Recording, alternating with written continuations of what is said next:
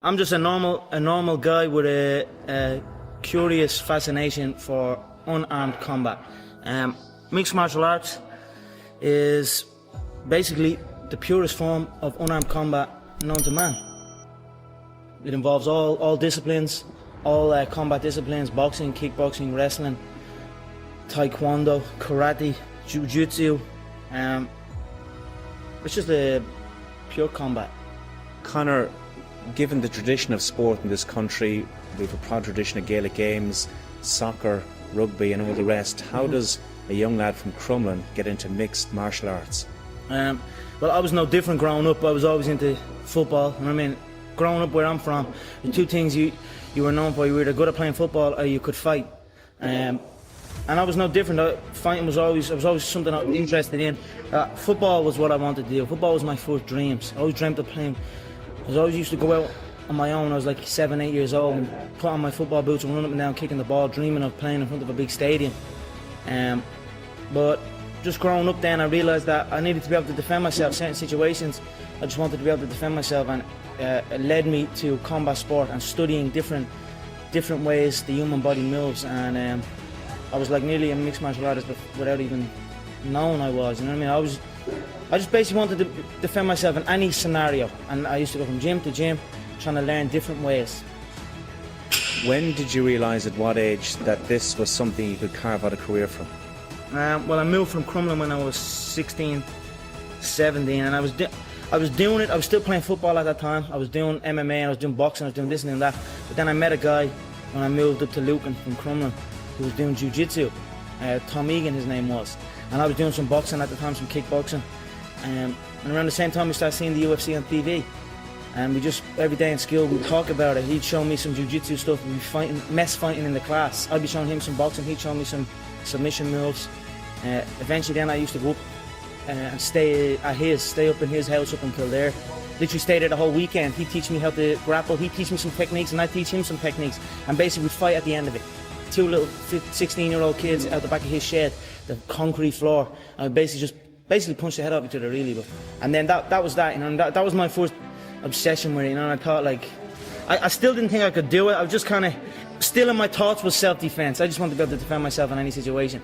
Then he met my coach John Kavanagh, my coach today, John Kavanagh, and found out that he had a proper gym. He also ran shows where you could actually compete properly. And that was it. The two of us went down, met John, and that was that. John showed us a different approach to combat sport, a different way of thinking, the professional way.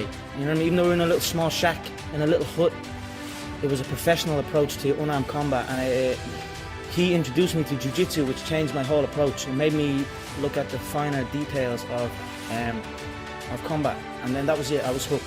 When I knew he had shows, I knew it was there. I knew I could get that ladder, you know. I knew I had something. I had a fascination with it. And even if it didn't, I couldn't shut it off. So I just rolled with it, kept showing up every day. Got my ass whooped a couple of times, whooped a couple of asses. Eventually I became really good, and that's that. You keep mentioning there that you're doing this, or you had, when you were starting out, you were doing it to defend yourself. Were you bullied when you were younger? I definitely wasn't bullied. I mean, I definitely wasn't bullied. But you know, as you're growing up and you're walking around, and I used to live in a little estate, and when you explore outside that estate, you start meeting new people, and then fights would happen. You know what I mean? Young boys would fight, but it just stuck in my head a little bit more. And something like that happened. It was always in my head. I'd go back and think about it. I think about what happened, what position happened, and just think about things. I wasn't necessarily bullied or nothing like that. You know what I mean? From having my friends grew up. It's just Crumlin's a tough area. You know what I mean? It's just the way it was as growing up, but. It just probably, like, maybe people might just went on with their day and forgot about it. Me, I just kind of sat back and thought about it a lot more, and it led me to the gym. This is your life, it's your job. Did you ever have, let's call it a normal job, Conor, a 9 to 5? Yeah, because the Irish thing is to get into a trade straight away. I was no different. As soon as I finished school, I was always getting pestered. What are you doing with your life? You're doing this, doing that. They didn't know what it was. They didn't know what MMA was. They didn't know what none of this. They didn't know I could make a career out of it. As far as they were concerned, my man and dad I'm talking about, as far as they were concerned, I was just getting into a cage and fighting with some other guy. They didn't know nothing about it. No one did, really. But I knew. You know what I mean? I knew. But and then I ended up getting a trade just to keep them quiet. Because I used to have a lot of fights with my dad. What trade did you get? I ended up getting a trade as a plumber. literally up in the back arse of nowhere, up in Wicklow, the Wicklow Mountains. And funny enough, that site was one of the biggest sites in Europe. Kilternan, it was right at that skiing place.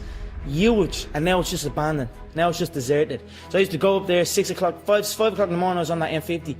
I used to have to walk to the N4, about half an hour from my house, wait for some Limerick guy that I didn't even know. He'd drive on the M4 and I'd have to flag him down. Nightmare, yeah. 2 hours down on the M50, 2 hours back. Literally 14-hour days, and I was the first year, so I had to go and do everything. I had to go to the shop. I had to go and get this and get that. So I always had trouble with that, and I was like, this isn't for me. This is not for me. How long did you last? I lasted 18 months doing it. But it was tough, you know. It wasn't a life for me, you know what I mean? And then John said, because I was training with John as well at the time, and then John got in touch and says, I have a show, I'm running a show, I'd like to fight on it. And then that was it. I just packed it in, didn't show up. My dad used to come in and punch the head out of me and like try and drag me out of bed, and I just wouldn't go, you know what I mean? I had uproar for a good few years with him over, but and that was it. I just packed it in, quit, and then focused on training. And I knew what was going to happen. I knew I was going to get here. They didn't. There was a lot of stressful years, you know what I mean? A lot of tough times, but I proved them wrong. I proved myself right. What makes you such a good fighter? I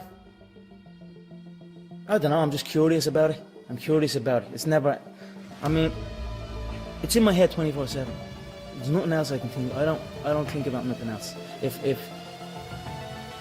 And that's it, I'm just curious. Curiously fascinated with it, and I can't stop thinking about it. Everything I do in my life is related to this. I don't do nothing else if it's not got to do with fighting. You know what I mean? And that is why, you know what I mean? To be truly good at something, all you've got to do is show up. Is that not unhealthy? I don't know. Do I look unhealthy? Take a look at this physique. I'm in phenomenal shape, in body and mind. To me, what's unhealthy is living an unhealthy life. To me, what's unhealthy is getting up and going through the same day every day of your life, 9 to 5, in an office or in a... That's unhealthy. That beats your mind. I don't work. I love what I do, and that's why I'm doing what I love. You know what I mean? That's why it's become a career for me, because I love it. I love what I do. So I don't think it's unhealthy. I feel good in my mind. You know what I mean? It's my life. What has the last 6-7 months been like for you, Conor? A lot different. You know what I mean? Get a lot more spotlight is on now. I'm no different. I don't do nothing any different. I still come to the gym. There's people trying to get me to do this and get me to do that. But I know that in order to be successful at this game, it needs to be 24/7. I need to be living in this gym. And that's since this new facility, SBG Concord, has opened up. The setup now is I come here at 1, 2 o'clock in the day, and I'm here till 10 o'clock at night. There's no outside distraction. There's no nothing. It's been crazy. The spotlight is on. The Irish public are watching, but it's what we planned. It's what we prepared. I knew I was going to be the person to bring martial arts to the public eye. And now it's happening. You know what I mean? There's 2 things I've learned from these past 7 months. Number 1 is that hard work pays off. And number 2 is that dreams come true. And that's what's happening. Final one for you. I want to know what you want to achieve. Is it the fame? Is it to be champion? Is it the money? What do you want from this career? I don't care nothing about fame. Yeah? I don't care about fame. The gold belt is what I want. The 2 gold belts. I was a 2-weight world champion in the previous organisation. Now I'm on the big stage at the UFC. I want that featherweight belt and I want that lightweight belt. That's my goal. The money is going to come with that.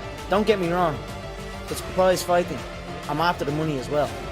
But the money comes with the belt. And the belt is what I'm focused on. I don't care about fame.